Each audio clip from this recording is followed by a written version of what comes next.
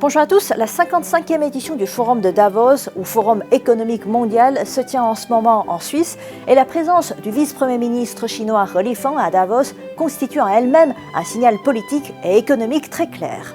Il ne s'agit pas d'une visite diplomatique de courtoisie, mais une prise de parole au plus haut niveau de l'appareil économique chinois. À la fois vice-premier ministre et directeur du Bureau central des affaires financières et économiques, He Lifeng joue un rôle clé dans la définition des grandes orientations macroéconomiques, financières et industrielles de la Chine.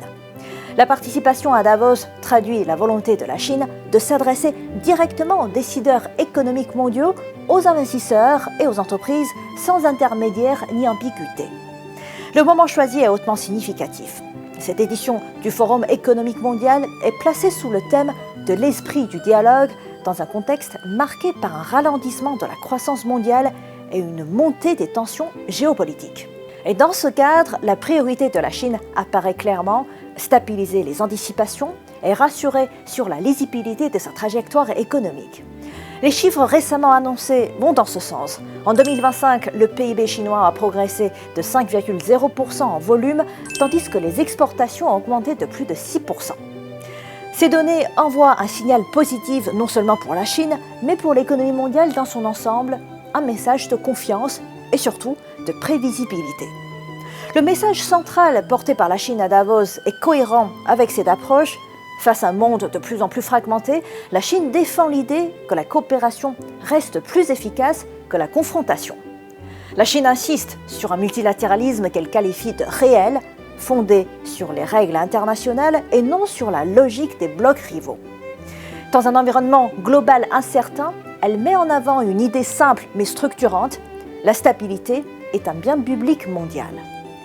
Et cette lecture s'étend également au domaine technologique et notamment à l'intelligence artificielle. La Chine cherche à montrer que son développement rapide de l'IA s'inscrit dans une logique d'industrialisation, de productivité et d'intégration à l'économie réelle, plutôt que dans une course dérégulée ou idéologique. Des exemples concrets illustrent cette orientation.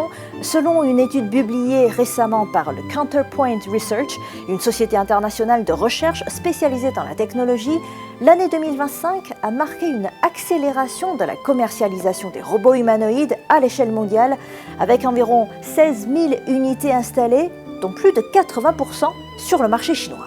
Et les 5 principaux fabricants concentrent à eux seuls près de 73% des parts de marché, et parmi eux, 4 sont des entreprises chinoises telles que Lagibot, Unitree ou UPTech.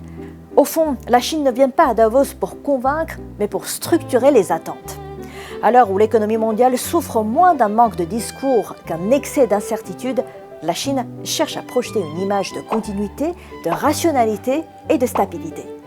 Dans ce contexte, la question n'est peut-être pas tant de savoir ce que la Chine dit à Davos que de comprendre pourquoi aujourd'hui le monde a besoin d'entendre ce type de message.